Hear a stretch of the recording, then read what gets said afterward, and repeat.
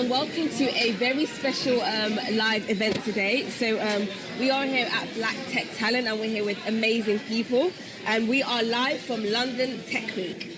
So just a bit of an introduction. My name is Yasmin Benjamin. You may have recognised me from before the event of the Ethics of AI. I'm actually a senior manager and multi-cloud architect here at PwC. And, you know, I guess if I was to give a random fact about myself, is that I'm absolutely obsessed with sci-fi. I can go on about that forever, but before we get much into me, let's just talk about our special guest. I'm just going to do an amazing introduction here. So, as you can see, this is a really busy event, so please cue the noise. We're at the Queen Elizabeth Centre, and I'm actually here with two very special guests, or three. One was on the way. First, we have Oyinkansola Adebayo. Yeah. Hi, Oyin. Hi, Oyin. She is the founder and CEO of a group called Niyo Group. And this is a multi-award winning company that encourages black women to get into tech. Round of applause. Great. And then we have Gori Yahaya. He is the CEO of a company called Upskill Digital, and this is an ambassador, and he's also an ambassador for London Tech Week. So he's also in the business of upskilling people how to get into tech. Another round of applause. Great. And then we have Mark Martin, that's actually on the way. He's also an MBE. He is the founder of one of the biggest companies called UK Black Tech, and this is also a company that helps upskill advanced skills with people wanting to get into tech also.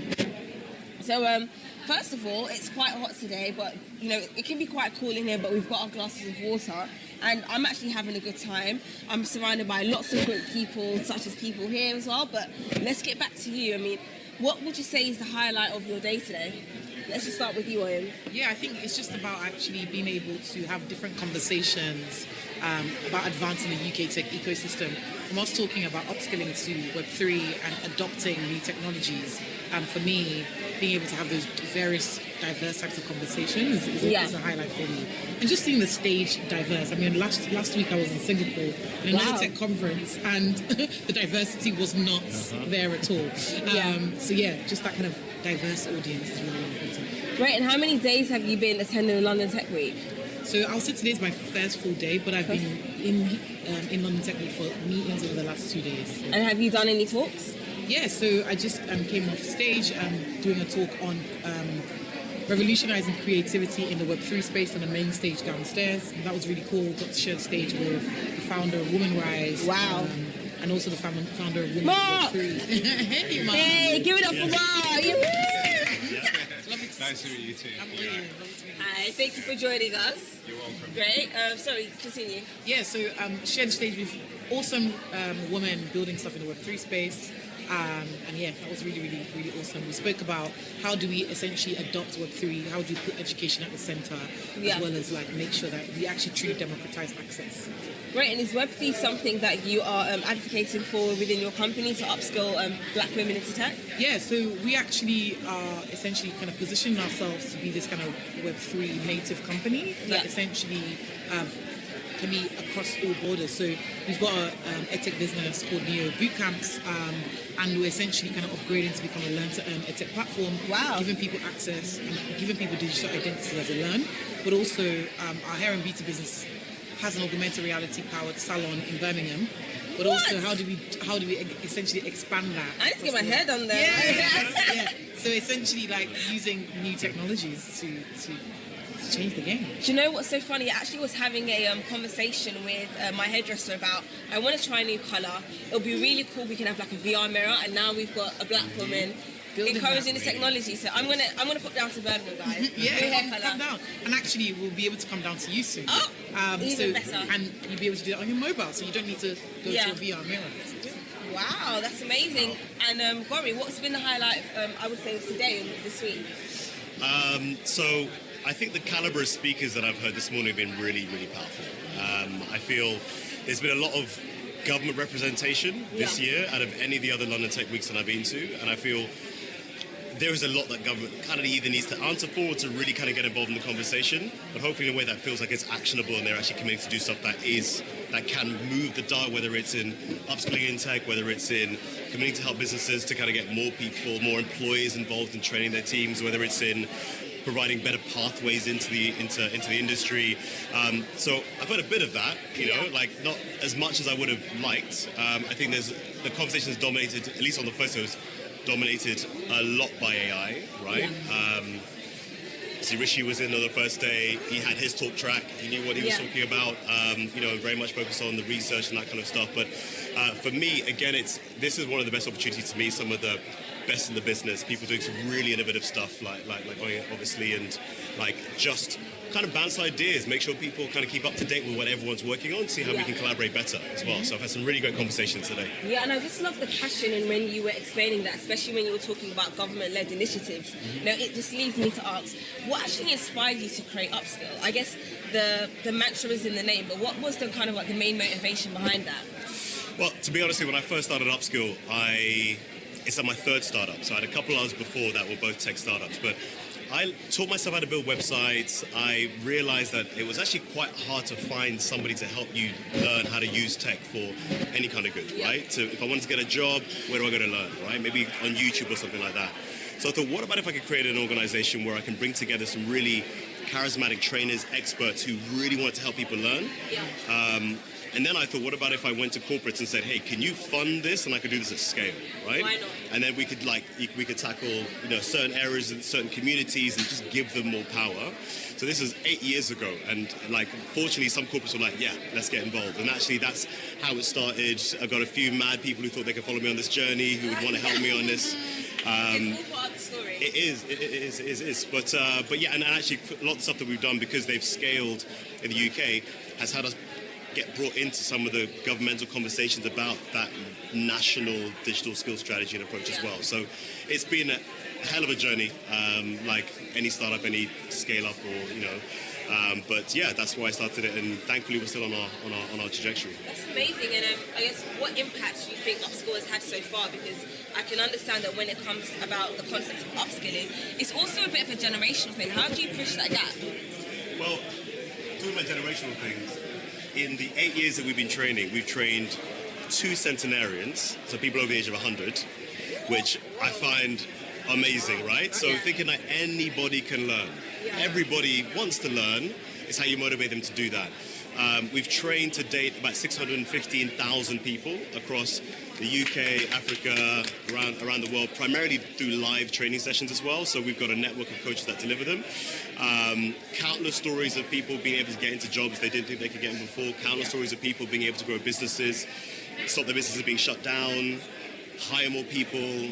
So that's where the impact is for us, right? How do we help people feel confident they can make most of the skills that can actually go out there and help them thrive as well. We also do a lot of work internally in organizations training staff. So, we've had a program being running recently to actually try and get black employees to elevate themselves through an organization. And the program we ran recently with a large technology provider, and we announced yesterday, 26% of the people that went on our program got promotions in the last year and a half. Which was just one of those things where you're like, actually, learning is at the crux of it. It is at the core of it. Like we're all in the game of upskilling. We've all done programs along this. If you can empower people with the confidence, you genuinely can help people on their path and own their own learning as well. So I feel like we're getting a bit of impact in there. Yeah, and I think it leads me on to Mark. Thank you for joining us. We were actually on a panel together, I think it was about 3 weeks ago, discussing the impact of AI. So kind of going back to the generational aspect of it, and even going on to like fancy new terms such as Web3. Based on that discussions, how do you in your kind of like current job kind of like input the ethical AI, and what discussions have kind of spun off from that?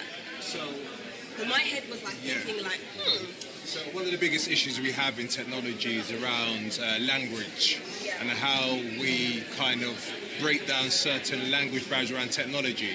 So whether it's around literacy, what is AI, what is cloud computing, what is data science, because sometimes that can then be a barrier for our young talent or our homegrown talent trying to access the market. So to answer your question, I think that's where industry in weeks like this can definitely demystify some of these areas of concerns that a lot of my students and communities have, in the sense that tech is being forced on them, but how do they navigate that in a way that they know how it operates and actually they can navigate through that system? Yeah, And in regards to all here really passionate about advocating for people of colour to get into tech. You have a company called Upskill. You concentrate on black women, and you are in the education space. When you look at the current trajectory of tech, and we throw in all these buzzwords such as AI and Web3. For a lot of us black people, where do you actually think we are in the job market when it comes to tech? Do you think it's all kind of like a phase? Do you actually see like a surge of black people actually getting into tech, and is there retention? So, one of the things with AI this week is that everyone keeps on pushing this AI momentum, but we've got to look at the historical impact of AI on the black community. And even if we look at the job market, when they've brought in AI to, sort out the talent pipeline in terms of interview process, they've then discovered that it doesn't work. So what we're saying here is that you still need to have a human connection with these communities. You can't automate it. And, and that's where, organizations need to do better in terms of how do they engage with the local communities, how do they engage with the black community, and not just gloss over it historically, but address some of those issues. I think that's the great opportunity to acknowledge that, yes, this sometimes in the job market is not fair. How do we kind of bring more equity to that and more fairness to that and transparency? And Maury, how did you actually get into tech? How did I get into tech?